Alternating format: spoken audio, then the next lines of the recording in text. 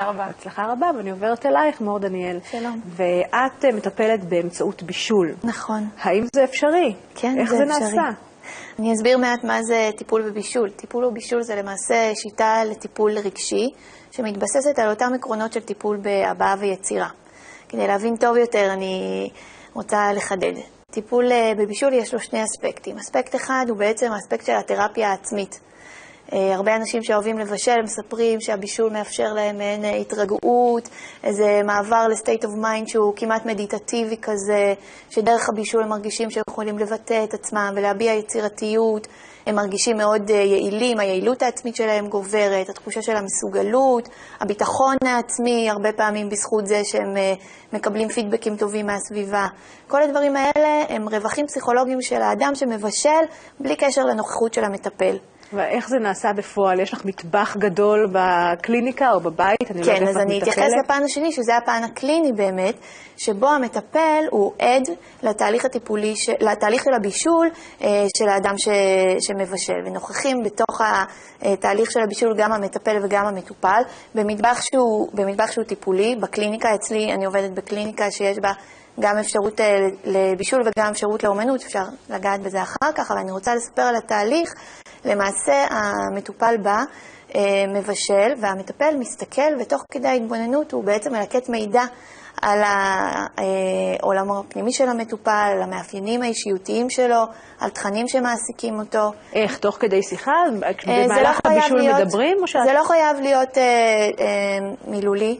הרעיון המאוד משמעותי בטיפול בבישול, ובכלל בטיפול בהבעה ויצירה, זה שהם עוקפים את המחסום המילולי. בגלל זה הוא טיפול שהוא מאוד מקובל בעבודה עם ילדים, או בעבודה עם אנשים שלא כל כך מתאים להם ככה לשבת ולשטוח את הקשיים שלהם, כי הם לא יודעים לשים את המילה במקום של הקושי, או שהם לא מסוגלים לזה.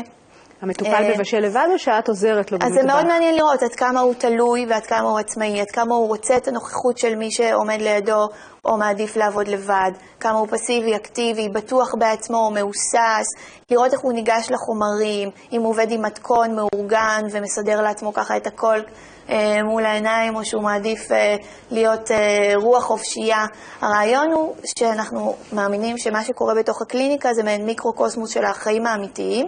כשאנחנו מזהים את הקושי בתוך הקליניקה, בתהליך של הבישול הנוכחי, אפשר לעשות עם זה עבודה, ואז המטופל יכול לקחת את זה החוצה לחיים האמיתיים שלו. אז המטבח כבר מאובזר בכל חומרי הגלם שצריך, או שהמטופל קונה את מה שהוא רוצה לבשל? איך זה נעשה?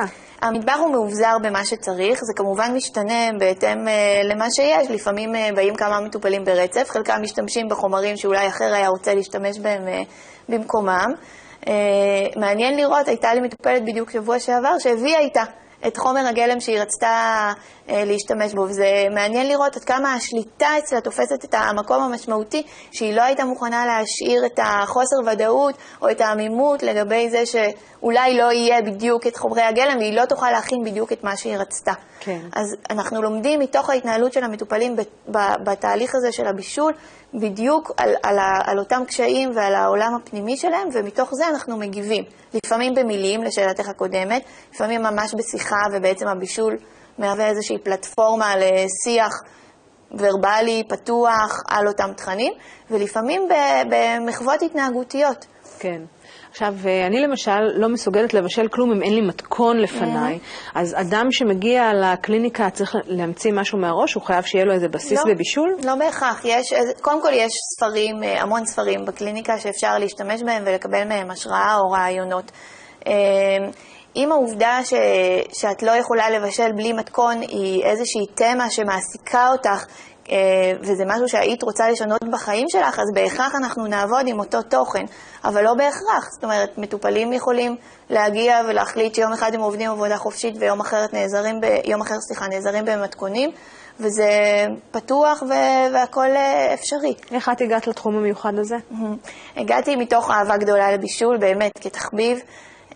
למדתי תואר שני ורציתי לנסות במחקר של התזה לזהות איפה הכיף בבישול, ממש לנסות לעגן את זה באיזושהי תיאוריה ולעמוד האם יש משתנים תרפויטיים בתוך הפעילות הזאת. ובאמת עשיתי מחקר של ארוך כמעט מייגע, אבל אני קוצרת עכשיו את הפרות שלו, כי באמת בעקבות זה התנסחה איזושהי שיטה לטיפול שהיא שיטה חדשה בתחום, והיא מאוד מגייסת הרבה מאוד אנשים. זה נשמע מרתק. תודה רבה לך, ושיהיה בהצלחה. תודה, גם לך.